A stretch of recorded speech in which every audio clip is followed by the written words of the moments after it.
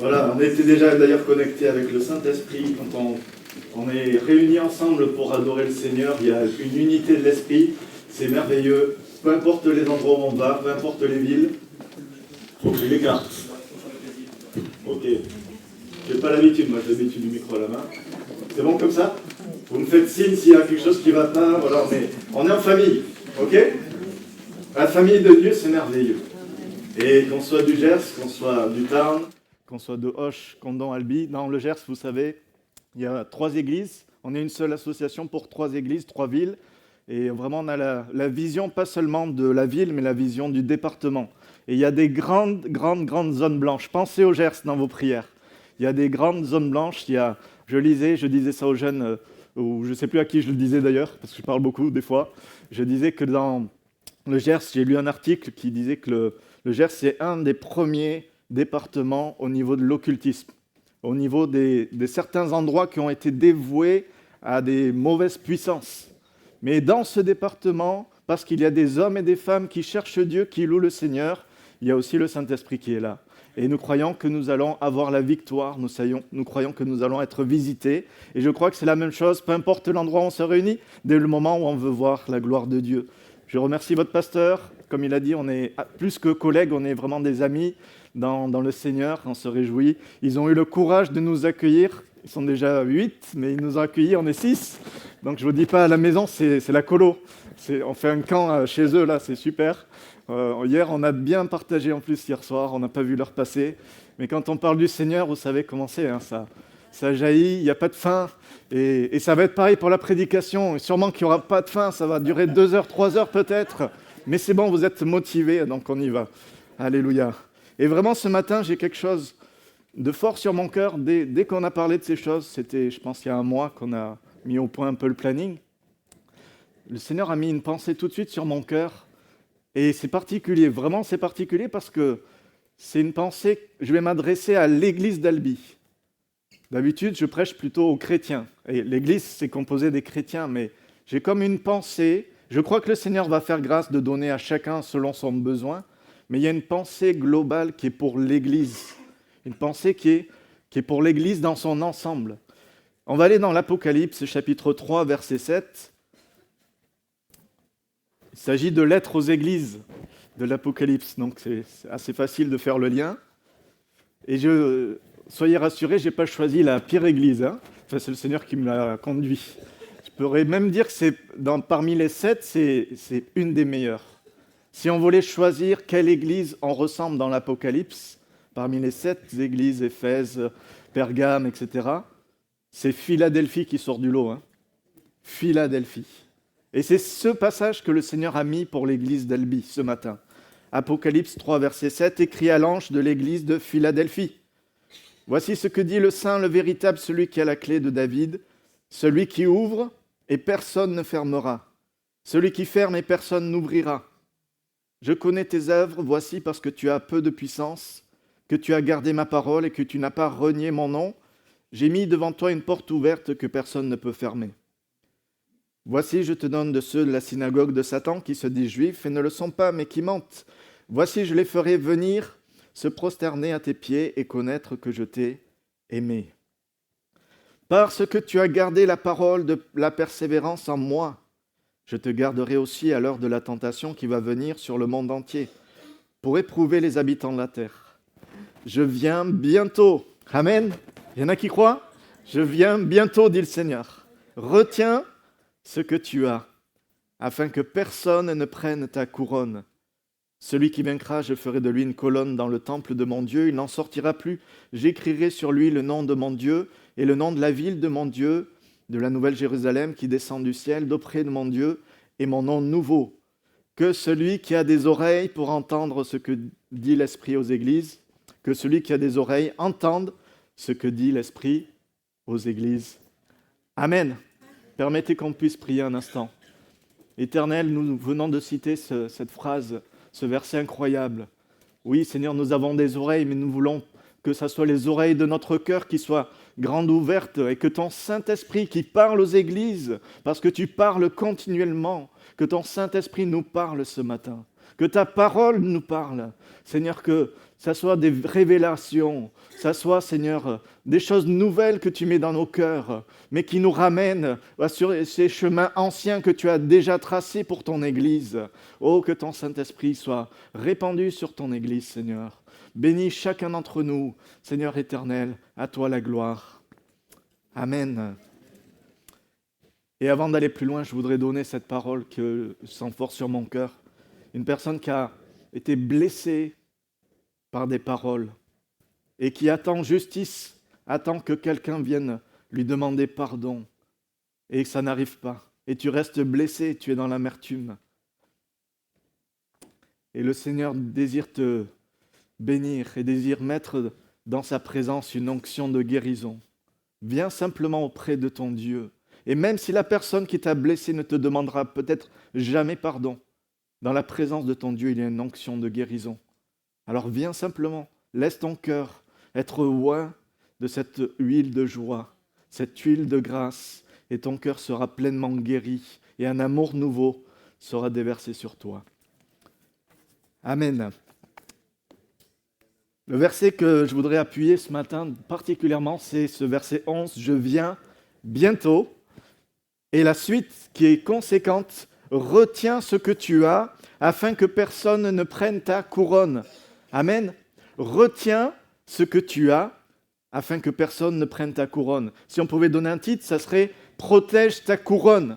Parce qu'en fait, ce verset nous dit que déjà, l'église de Philadelphie, elle a une couronne. Elle n'est pas encore dans le ciel. À l'époque, quand Jean s'adresse à elle, c'était une église, c'était des chrétiens qui étaient là sur la terre et qui vivaient des contextes particuliers. Mais déjà, le Seigneur dit, tu as une couronne. Tu es déjà vainqueur. Nous savons que par la foi en Jésus, dans les promesses, par l'Esprit, nous sommes plus que vainqueurs. Par celui qui nous a tant aimés, alléluia. Et nous avons déjà la couronne de manière potentielle, et nous sommes aussi déjà victorieux dans les situations de chacune de nos vies. Mais la vraie question qui se pose au travers de ce verset, quand on dit « retiens ce que tu as », c'est « qu'est-ce que j'ai en fait ?» Qu'est-ce que j'ai dans les mains? Et le mot, le verbe qui dit « retiens », retenir, ça veut dire littéralement « tenir ferme », dominer, se rendre maître de quelque chose, maîtriser. C'est bien plus que retenir, garder dans sa poche. C'est d'accord? C'est quelque chose qu'on garde, mais qu'on entretient. Imaginez, par exemple, cette magnifique voiture que vous avez et on vous demande de la retenir, de la garder. Mais qu'est-ce que vous faites si vous la mettez dans un local et qu'elle prend la poussière pendant des années et des années? Qu'est-ce qui va se passer? Elle va rouiller, elle va s'abîmer, et aussi belle soit-elle, aussi merveilleuse soit la chose que nous avons entre nos mains, si nous ne la mettons pas à l'œuvre, si nous ne faisons pas ce qu'il faut avec, on est dans la même pensée, si vous voulez, que celui à qui on a confié un talent, et il va retenir le talent, il va le prendre, il va le saisir fermement, mais vous savez ce qu'il va en faire? Le mettre dans la terre. Mais ça, ce n'est pas retenir selon ce que dit le Seigneur Jésus. Retiens ce que tu as, c'est-à-dire regarde ce que tu as entre les mains et retiens-le, garde-le, cultive-le, entretiens-le, parce que le Seigneur t'a donné, que tu as entre les mains, c'est quelque chose qui te donne déjà une couronne, c'est quelque chose qui te donne déjà la victoire, c'est quelque chose qui te donne déjà de triompher dans le contexte de ta vie. Quand on regarde ce passage, on s'aperçoit en fait que le Seigneur, il met comme des indices de ce que cette église de Philadelphie, elle a. Et c'est tellement intéressant de se pencher sur ça. Mais comme Élie est venu voir un jour la veuve, et il lui a dit, « Qu'as-tu dans ta maison ?» Le Seigneur te dit ce matin, « Qu'as-tu entre les mains? Qu'as-tu dans ton cœur ?» Qu'est-ce que Dieu t'a déjà donné? Souvent, nous, on veut des choses nouvelles. On veut que Dieu nous donne des promesses nouvelles. On veut que Dieu fasse quelque chose de nouveau. Et c'est bien, il le fait, c'est un Dieu de renouveau. Mais parfois, il nous a déjà donné ce qui va amener un changement dans notre vie et on n'en mesure pas la valeur. Mais ce que Dieu t'a donné, c'est déjà quelque chose qui te donne une couronne. Qu'as-tu dans ta maison? La veuve, elle va dire, j'ai rien. Juste un petit peu d'huile et de farine. Mais ça, plus la parole de Dieu, ça fait le miracle. Amen.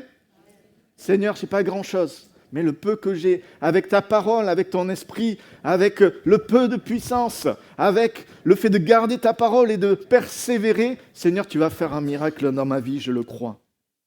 Vous savez qu'à celui à qui on demandera beaucoup, à qui on a beaucoup donné, et on exigera davantage de celui à qui on a beaucoup confié. C'est un verset de la Bible. Donc, si vous avez beaucoup reçu, mais suivant ce que vous faites de ce que vous avez reçu, il sera beaucoup demandé, exigé. Voilà pourquoi nous devons mesurer la valeur.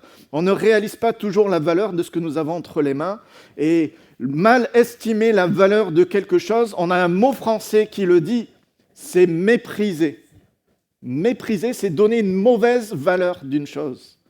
Combien de fois on peut mépriser? Sans mauvaise intention, sans forcément vouloir offenser Dieu, mais en méprise, parce qu'on ne donne pas la valeur. Qu'est-ce qui a la valeur aux yeux de Dieu dans ce passage?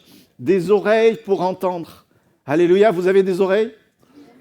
J'ai des sœurs à l'église qui commencent à mettre des appareils parce que les oreilles sont défaillantes. Mais ce que j'aime, c'est que s'il y a le problème de l'oreille physique, il y a le cœur qui est là, qui s'attend au Seigneur et que le Seigneur utilise pour bénir son église parce qu'elles ont les oreilles du cœur ouvertes. Et vraiment, l'église doit avoir l'oreille, que celui qui a des oreilles entende ce que l'Esprit dit aux églises. Parce qu'il y a une réalité, c'est que le Saint-Esprit a été donné au jour de la Pentecôte. Il a été donné à l'église avec un grand E. L'église d'Albi est comprise, l'église de Hoche, de Condon, de Nogaro est comprise aussi, elles sont toutes comprises. L'église a reçu le Saint-Esprit, mais le Saint-Esprit est là parmi nous, mais il veut demeurer en nous. Et il veut se servir de nous aussi pour bénir. Les dons spirituels sont là pour une chose, c'est quoi? Édifier l'Église. Vous voulez édifier l'Église d'Albi? Vous voulez la fortifier encore davantage? C'est une belle assemblée que j'ai là devant moi. Mais est-ce que vous voulez qu'elle soit encore plus solide, ferme et dans l'œuvre de Dieu puissante? Les dons spirituels sont un moyen, il n'y a pas que ça, d'édifier l'Église. Qu'est-ce qui a la valeur aux yeux de Dieu? Des oreilles, un nom, une puissance, sa parole. Pour être vainqueur, saisis ce que tu as. Tu as des oreilles pour entendre. Ce matin, tu as la possibilité d'ouvrir ton oreille pour entendre la voix du Saint-Esprit. J'ai appris une chose, quand j'étais tout jeune croyant, c'est que peu importe la personne qui prêche, même si elle m'est sympathique ou pas du tout, si moi j'ai soif, je vais être nourri, je vais être abreuvé. Si moi j'ai faim du Seigneur, il va me donner quelque chose. Même si je trouve qu'il prêche bien ou pas bien, même si c'est monotone ou pas monotone, si c'est la parole de Dieu qui est annoncée et que mon cœur est ouvert, il y a toujours quelque chose à prendre. Et j'ai appris avec le temps à prendre ça dans pas seulement des prédications, mais des chants, des louanges, des discussions avec les frères et sœurs, de tout moment, même les situations de la vie de tous les jours, l'utiliser pour grandir avec le Seigneur. Essayez d'ouvrir cette oreille à ce que le Saint-Esprit est en train de dire. Et quand on voit ce qui se passe dans cette épître, dans cette lettre de Philadelphie, on s'aperçoit qu'il y a quelque chose qui est dit sur le Seigneur Jésus. À chaque lettre, à chaque église, le Seigneur Jésus se présente d'une manière particulière. Et pour vous, ce matin, sur Albi, le Seigneur veut rappeler qu'il est le Saint. Le Saint, c'est celui qui peut discerner ce qui est pur de ce qui est souillé. On est dans un monde de compromis, il faut le dire. On est dans un monde où on dit tout est bien et tout le mal bien, tout est pareil. Ça dépend de la vie de chacun. Mais nous, on est devant un Seigneur qui est saint. Et c'est lui qui dit ce qui est pur. Et c'est lui qui dit ce qui est souillé. C'est sa parole qui trace une ligne. Et on se place d'un côté ou de l'autre. Il est le véritable. Il est celui qui peut discerner ce qui est vrai de ce qui est faux. Il est celui qui peut discerner ce qui est réel de ce qui est de l'apparence. Oh, moi j'aime ce verset qui dit que Dieu, l'homme regarde à ce qui frappe les yeux, mais l'Éternel regarde au cœur. L'Éternel regarde à vos cœurs ce matin. C'est pas parce qu'on est assis dans une église que forcément notre communion avec Dieu est merveilleuse. L'Éternel regarde au cœur. Et comme jamais auparavant, le Seigneur me montre qu'il faut avoir un cœur qui le cherche. Qu'on soit pasteur ou pas pasteur d'ailleurs, hein. Mais même en tant que pasteur, on peut parfois avoir des moments plus ou moins compliqués. Et le Seigneur m'a parlé pour rechercher sa présence. Parfois, on peut tomber dans le côté métier pastoral. Mais on a besoin d'avoir un cœur qui cherche Dieu continuellement. Et il y a eu un moment donné, je pense que c'est 1 an et demi en arrière, où le Seigneur m'a rappelé l'appel qu'il m'a donné. Il vous a déjà parlé, le Seigneur? Vous avez aimé quand il vous a parlé? On va prendre le temps, chacun va venir raconter son... Bon, là, on n'en finit pas, hein. On va prendre la journée. Mais c'est tellement merveilleux. Moi, je me régale quand les gens me disent, voilà comment j'ai rencontré le Seigneur.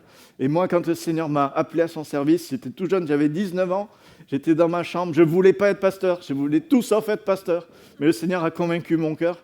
Et c'est lui qui m'a appelé, c'est pas moi qui ai voulu faire quoi que ce soit. Moi, je fuyais l'estrade, j'étais timide, je ne voulais pas me mettre en avant, je ne voulais rien. Mais le Seigneur m'a convaincu. Et ce qui est incroyable, c'est d'avoir un Dieu qui, parfois, nous rappelle à ce qu'il nous a dit.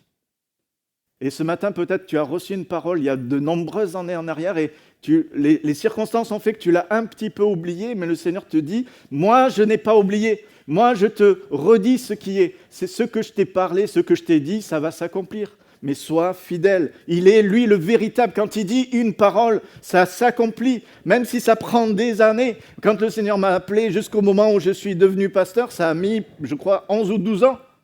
Mais quand il a fait, quand il a dit, ça s'accomplit. Et même si pendant ce temps-là, on a l'impression que les choses sont contraires, rien ne va se passer. Je pense que c'était 1 ou 2 ans avant, je pensais jamais que j'allais être pasteur. Tout était fermé. Mais quand Dieu ouvre la porte, c'est tout. C'est ça. Il est celui qui a la clé de la vie. Il est celui qui ouvre une porte, qui trace le chemin. Il ouvre la bonne porte, il ferme la mauvaise. Oh, combien on est béni d'avoir un Dieu tel que lui, parce que des fois, il y a des portes qui sont les mauvaises. Nous, on a tendance à courir. Dès qu'on voit une porte s'ouvrir, c'est une opportunité. Non, on a un Seigneur qui a la clé de David et qui ferme les portes qu'il ne faut pas aller et qui ouvre les portes où il faut aller parce qu'il nous connaît tellement bien. Je connais tes œuvres, je te connais personnellement, je connais tes actions, je connais ce que tu fais, je connais même tes pensées. Et j'ouvre devant ta route, j'ouvre des portes.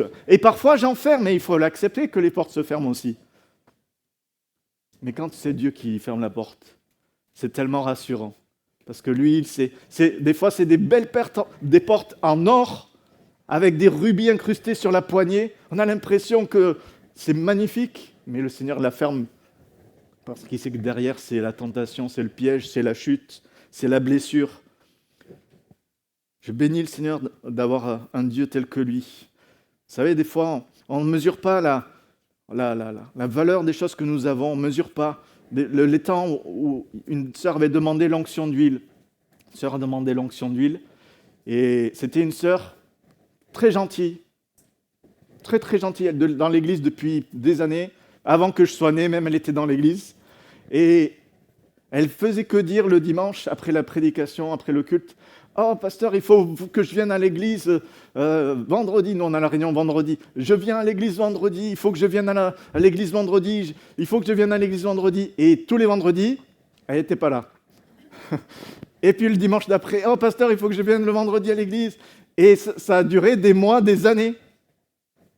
Et puis un jour, elle vient à l'onction d'huile. Elle avait un problème de santé. Donc, comme c'est marqué dans la parole, avec les frères qui étaient là, il y a je ne sais pas où ils sont, le gendre de Monsieur Ferris. Enfin, vous pouvez vous faire montrer? Ah, voilà, avec le papa de Noémie. On a prié pour que cette sœur soit bénie, visitée, puis selon la parole de Dieu, qu'elle soit bénie dans son corps. Mais ce qui s'est passé, c'était merveilleux, c'est qu'elle a été bénie dans son corps, mais elle a été renouvelée dans le Saint-Esprit. À tel point qu'elle ne s'arrêtait plus de parler en langue et que, le culte leur tournait. Moi, j'étais un peu embêté. Qu'est-ce qu'on fait? Du coup, on l'a fait asseoir devant. Voilà, ma sœur continuait discrètement à prier le Seigneur. Nous, on va continuer les chants, on va continuer la prédication. Mais elle était visitée, renouvelée. Et qu'est-ce qui s'est passé? C'est qu'à partir de ce jour-là jusqu'à aujourd'hui, à toutes les réunions de prière, elle a pu venir. Et moi, j'aurais essayé de l'argumenter. Ma sœur, il faut que vous veniez à la réunion de prière. C'est bien, vous savez que c'est bon pour votre santé spirituelle. C'est bien pour l'église, ça encourage, etc. Mais je savais que ça ne servait à rien, en fait. Parce que quand on dit 15 fois je viens et qu'on ne vient pas, c'est que c'est spirituel. Mais le Saint-Esprit, lui, il a su trouver les mots, il a su trouver les explications qui fait que cette sœur, elle est venue. Et depuis ce jour-là, Il n'y a pas que ça, c'est qu'elle était tellement remplie du Saint-Esprit que quasiment à tous les cultes, elle donne une prophétie. Une fois, je lui ai demandé de rendre témoignage justement de sa guérison suite à l'onction d'huile. Donc elle vient au pupitre, elle commence à raconter, voilà, j'avais ci, j'avais ça, le Seigneur m'a béni. Et puis d'un coup, elle ferme les yeux et se met à prophétiser sur l'Église. Et elle dit, voilà, le Seigneur m'a montré qu'il y a ça qui va se passer, clac, clac, clac. Et puis elle rouvre les yeux. Et à la fin, j'ai dit, ma sœur, vous savez que vous avez donné une parole là? Ah bon, non, je ne sais pas, je n'ai pas conscience de ce qui s'est passé. Le Seigneur l'a utilisé de manière puissante. Pourtant, c'est que l'onction d'huile. Mais quand on met notre foi dans ce que nous avons déjà, c'est tellement important de ne pas mépriser ce que nous avons. C'est des grâces que le Seigneur nous a données et combien nous avons besoin d'être attentifs au Saint-Esprit. Écrit à l'ange de l'église de Philadelphie. Est-ce que vous savez ce que ça veut dire Philadelphie? À Hoche, quand j'ai posé la question, ils n'étaient pas au courant. Est-ce qu'il y en a qui savent? Philadelphie, c'est facile quand même. Qui aime les frères. Alléluia. C'est pas un beau nom d'église, ça? Qui aime les frères? Amen. On va rebaptiser. Allez, on rebaptise l'église d'Albi. Qui aime les frères, d'accord? Non, c'est pas mon affaire. Mais par contre, que dans notre cœur soit gravée cette réalité que l'église, c'est un lieu où les frères et les sœurs s'aiment de cet amour fraternel vrai, sincère. Ça, c'est une force.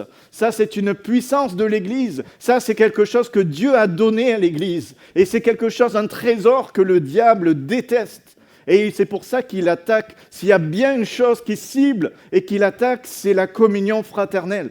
Il attaque les Philadelphies dans toutes les églises pour que les gens viennent, mais ils veulent plus parler, ils veulent plus se dire bonjour, ils parlent les uns contre les autres, et après, derrière ça, on met des noms de Dieu. Oui, mais moi, j'ai cette doctrine, donc j'ai le droit de faire ça. Non, ça, du moment qu'on est dans la division ou dans des paroles mauvaises, on n'est plus du tout dans l'esprit.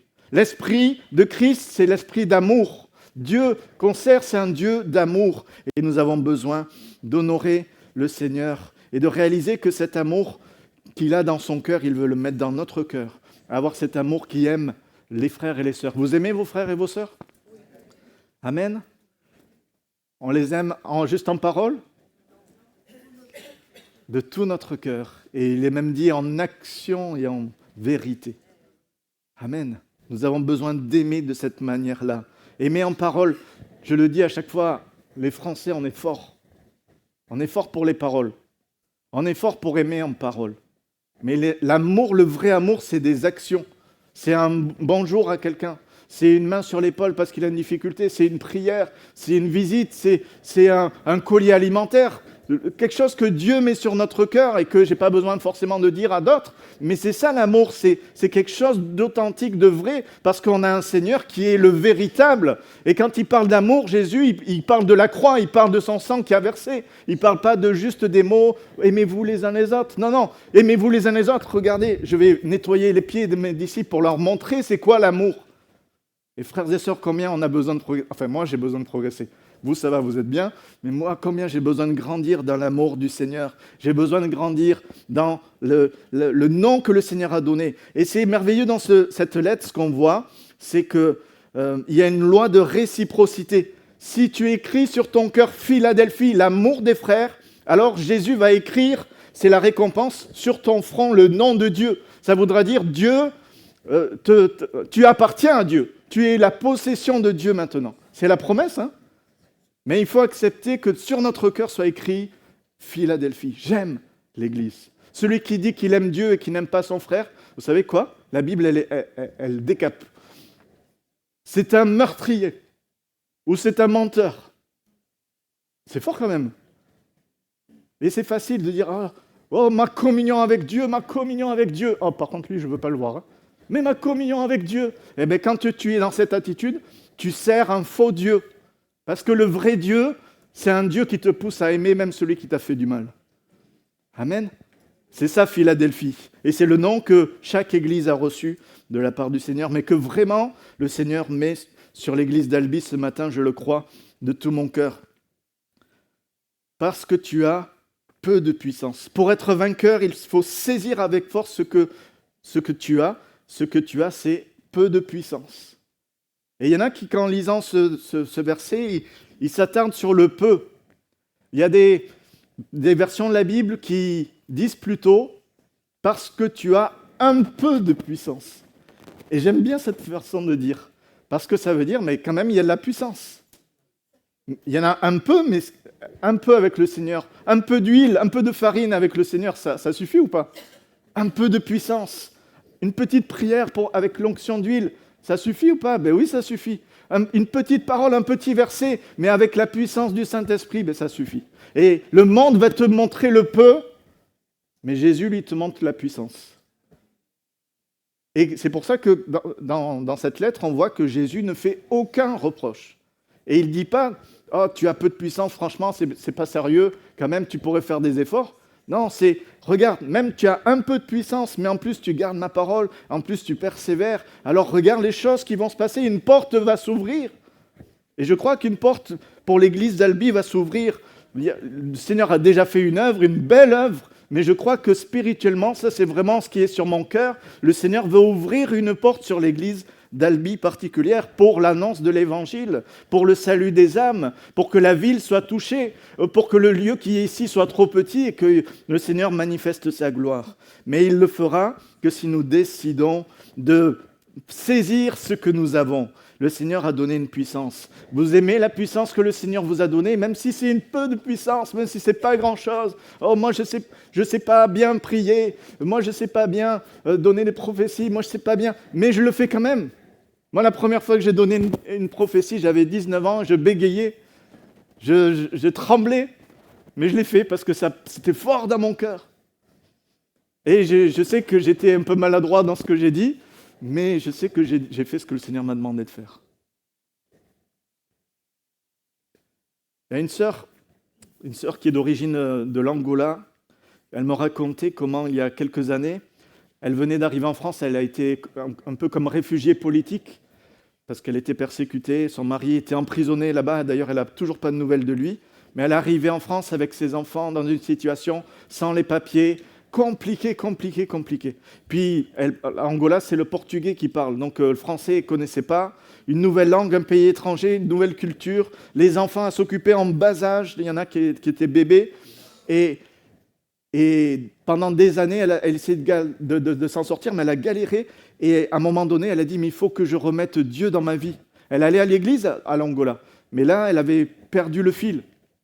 Et elle a dit, Seigneur, j'ai besoin de ton aide. Seigneur, aide-moi. Qu'est-ce que je dois faire? Et quand elle est allée voir une assistante sociale, elle lui a dit, est-ce que vous ne connaissez pas une église? Et elle a dit, oui, il y a l'église catholique, la principale, là-bas, vous y allez, la cathédrale. Non, moi c'est une église évangélique. Ah, il y a une église protestante réformée là-bas, si vous voulez. Non, évangélique. Ah non, il n'y a pas d'église évangélique à Auch. J'étais content du témoignage que... Alors qu'il y en a plusieurs en plus, églises évangéliques, mais la dame, elle ne savait pas, elle ne connaissait pas. Et la dame, elle a dit, mais non, moi c'est une église évangélique, je sais, là où on annonce la parole, là où on cherche la face de Dieu. Et je crois que c'est 2 ou 3 jours après avoir vu la dame, elle fait un songe, quelque chose d'incroyable. La puissance de Dieu, elle voit une église, et dans l'église, elle sent qu'elle est à sa place, elle sent que c'est là qu'il faut qu'elle aille.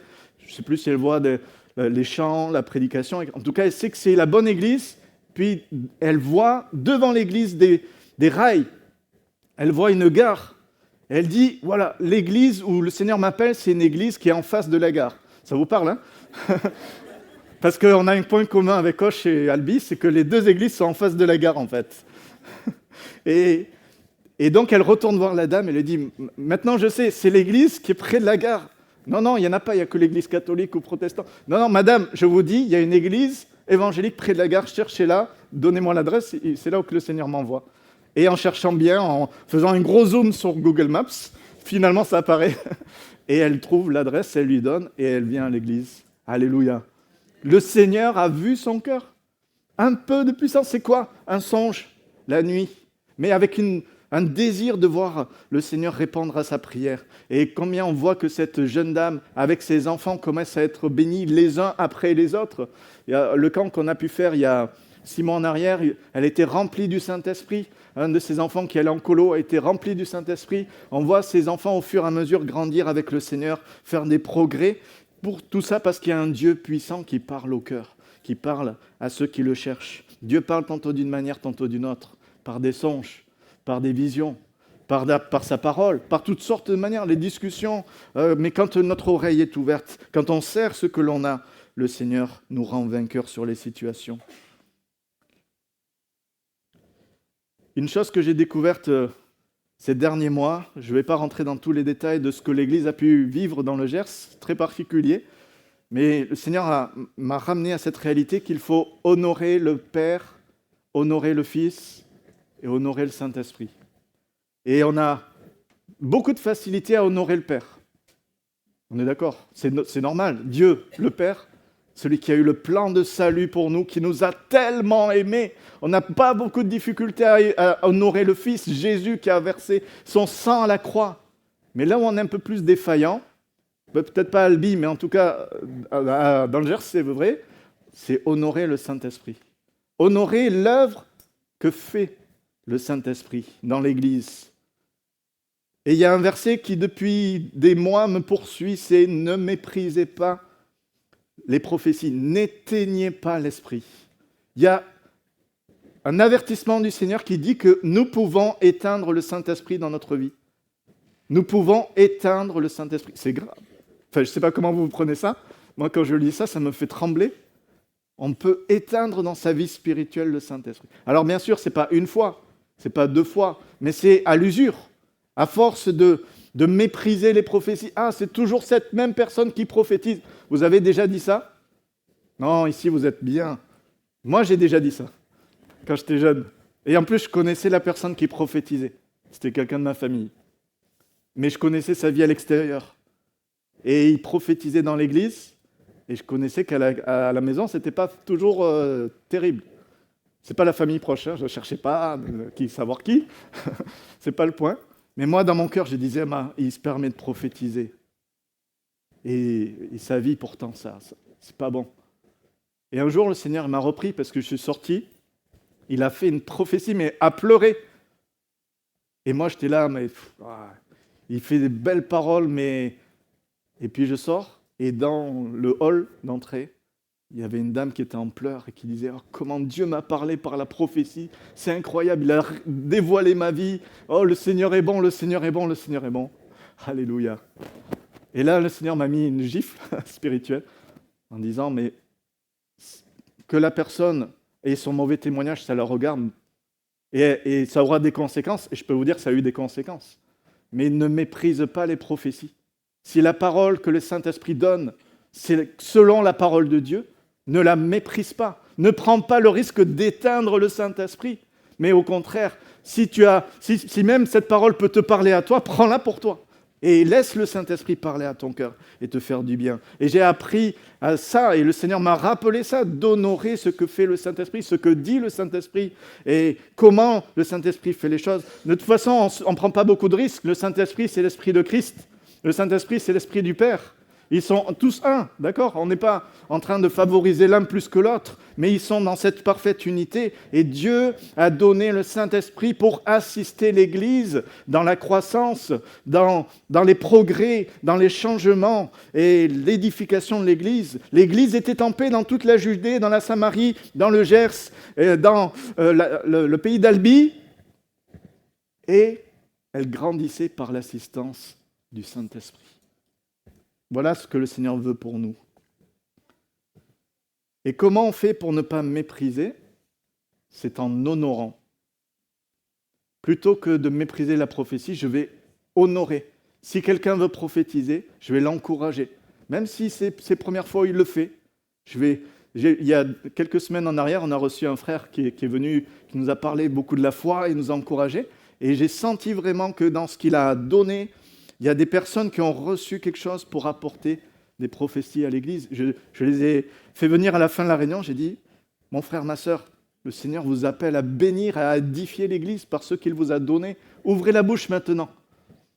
Et bien sûr, chacun le fait selon son rythme. Il y en a un qui a pris ça à cœur, il l'a fait tout de suite. La sœur, elle prend un peu plus de temps, elle a besoin d'être rassurée.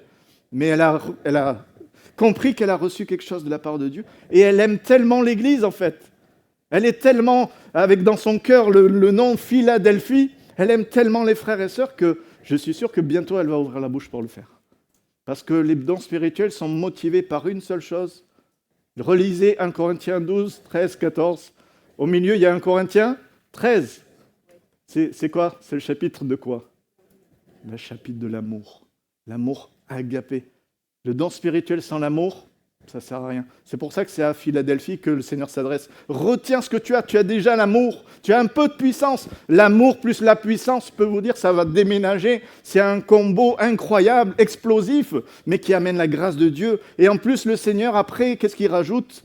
Tu as peu de puissance et tu as gardé ma parole. Tu n'as pas renié mon nom. Oh frères et sœurs, quand on associe la puissance de Dieu à la parole de Dieu qui est le canalisateur, qui est le catalyseur de la puissance de Dieu, alors il y a des choses merveilleuses qui se passent. Parce que ça nous garde dans l'équilibre, ça nous garde dans la sagesse, ça nous garde dans le respect de la parole, dans la bienséance et l'ordre, mais ça ne nous prive pas de la puissance de l'Esprit. J'ai été tellement attristé de voir dans plusieurs églises le fait que des gens ont connu des mauvaises expériences du Saint-Esprit, des dérives, des fausses doctrines, et ils se sont totalement renfermés sur eux, atrophiés aux choses de l'Esprit.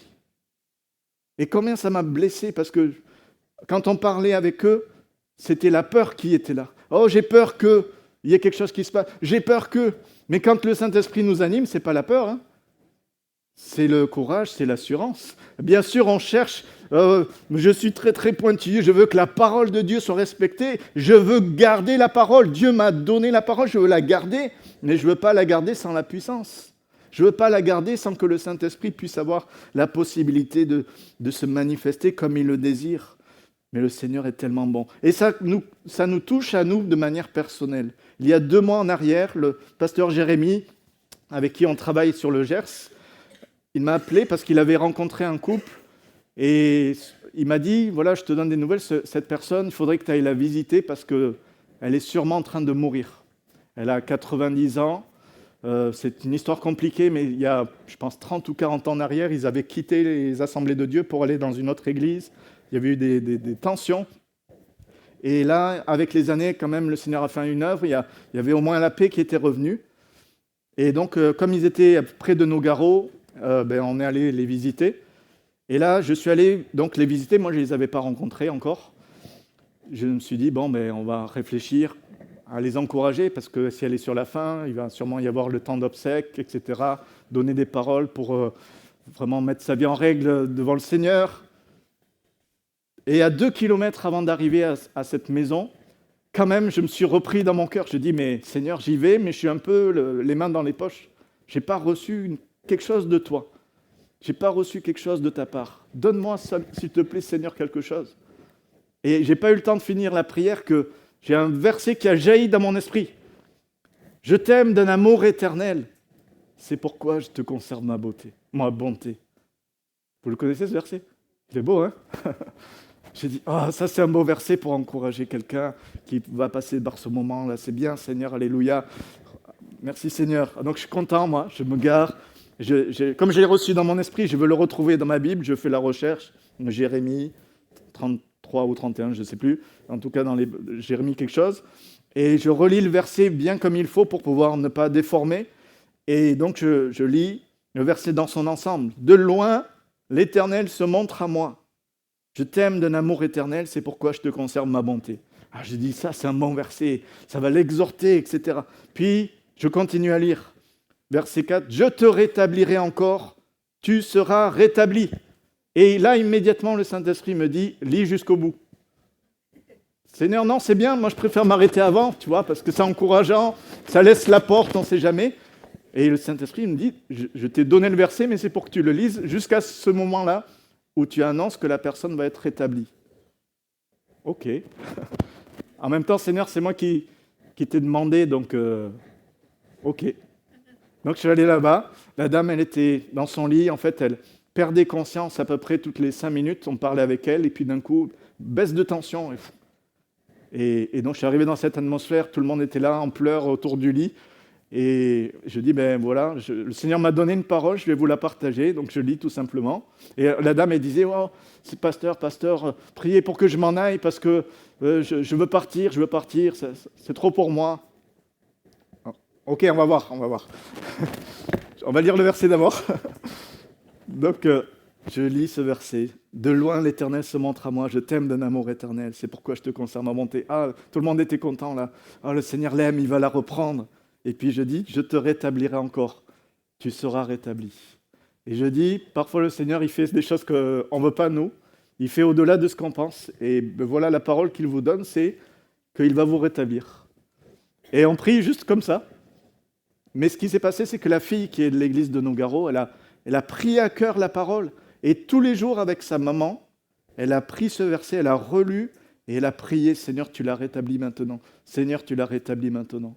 Et ça fait maintenant 2 mois, j'ai eu des nouvelles de jeudi dernier à La Réunion, à Nogaro. Elle m'a dit, ma mère, elle n'a jamais été aussi en forme. Moi, je l'ai vue sur un lit d'hôpital, en train de, à moitié consciente. Et là, quand je suis allé chez elle, elle était déjà sur un fauteuil à blaguer. Et là, elle m'a dit, elle a le moral. Hein. Franchement, elle a le moral. Et elle prie plus, Seigneur, reprends-moi, Seigneur, reprends-moi.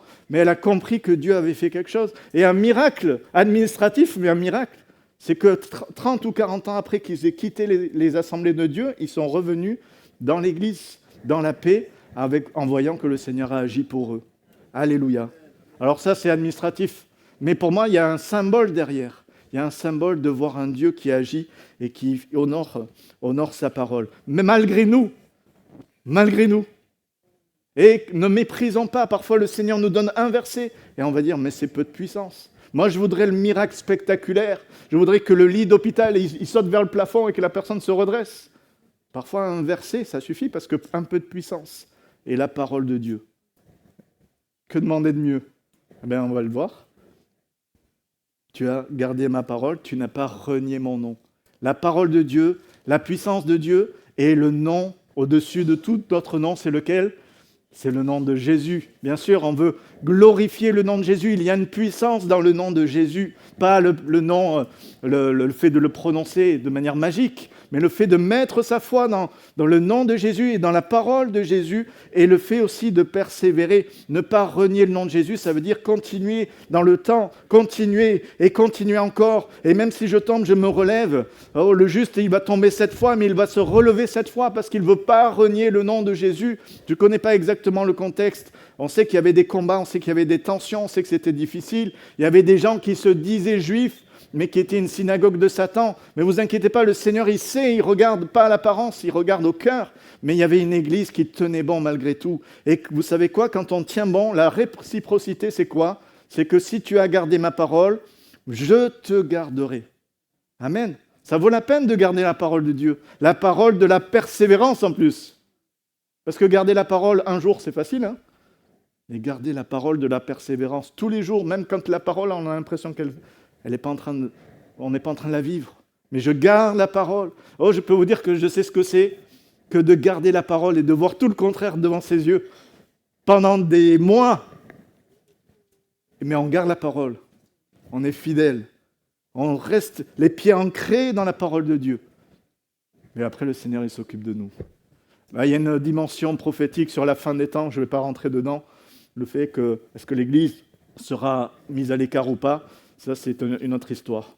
Mais il y a cette combinaison incroyable, la puissance de Dieu, l'obéissance à la parole de Dieu, la persévérance. Ce sont des choses que nous avons déjà, mais qu'il faut activer, mettre en œuvre dans notre vie.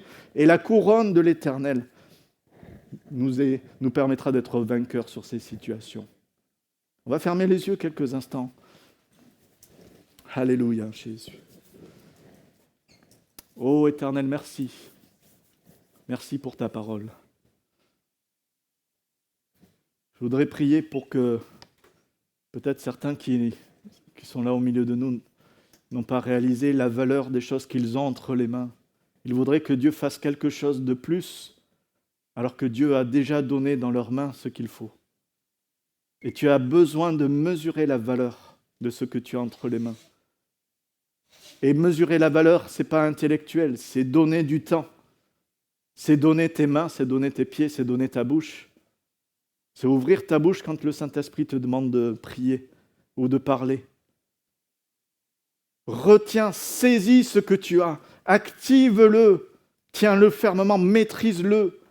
Peut-être que tu connais la parole de Dieu depuis des années et des années, mais le Seigneur te demande de ne pas juste la connaître, mais de la vivre avec puissance.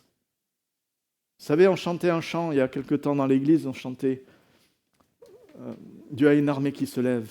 Peuple de Dieu, lève les mains pour l'adorer. Peuple de Dieu, ouvre ta bouche. Dieu veut parler. Et combien de fois on a juste chanté ce chant, mais on n'a pas ouvert la bouche? Combien de fois on chante des chants et on ne va pas au bout de ce que nous disons? Parfois, il vaut mieux se taire dans le chant, plutôt que de chanter de manière un petit peu rituelle. Oh Seigneur, moi je veux que quand j'ouvre la bouche, tu puisses par le Saint-Esprit parler simplement. Oh, moi je ne suis rien, Seigneur. Je ne suis rien, mais ta parole est tout et ton esprit est tout. Y a-t-il quelqu'un ce matin qui veut dire, Seigneur, je veux mesurer la valeur de ce que tu as mis entre mes mains. Aide-moi, Seigneur.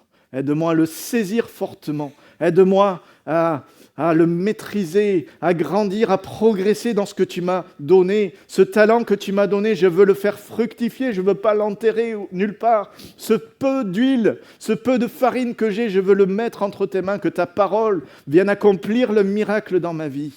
Est-ce qu'il y a des personnes? Je voudrais vous demander de vous lever simplement à votre place. Et je vais prier pour vous de manière générale. Alléluia. Voilà, n'hésitez pas, c'est un temps particulier où le Seigneur voit. Vous savez que parfois la foi nous demande de faire un pas. Et aujourd'hui, le pas, c'est de se lever. Ce n'est pas pour les autres qui vous entourent, c'est pour que Dieu voit que vous faites un pas devant lui. Même s'il regarde au cœur, vous avez besoin de montrer à Dieu que vous faites le pas. Seigneur éternel, bénis mes frères et sœurs. Tu bénis, Seigneur. Tu accordes quelque chose de nouveau parce qu'ils mesurent la valeur de ce qu'ils ont déjà. Ils ont déjà ta puissance, ils ont déjà ta parole, ils ont déjà, Seigneur, ce cœur qui veut persévérer. Seigneur, tu donnes de saisir ce qu'ils ont déjà, de le faire fructifier entre tes mains, Seigneur éternel. Tu leur donnes cette oreille attentive, que le Saint-Esprit ait la liberté de parler au cœur, que le Saint-Esprit, Seigneur, donne, soit ce souffle qui souffle dans les cœurs et qui fait rejaillir la vie, Seigneur, là où les choses se sont atrophiées, là où il y avait la peur à cause des expériences du passé, là où il y avait, Seigneur, l'indifférence peut-être, ou la négligence. Saint-Esprit, viens souffler, souffle de vie. Fais grâce à ton peuple, à tes enfants, et que parce qu'ils retiennent ce qu'ils ont déjà, parce qu'ils protègent leur couronne, ils soient plus que vainqueurs, Seigneur, dans les situations de la vie, face à la maladie. Oui, Seigneur, tu vois ceux qui sont tenus, Seigneur, par des désobéissances qui les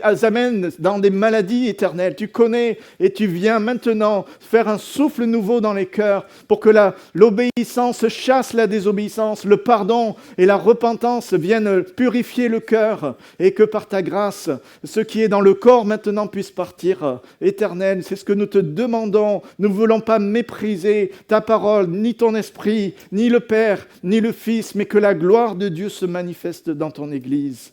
Alléluia, vous pouvez prendre place. Alléluia.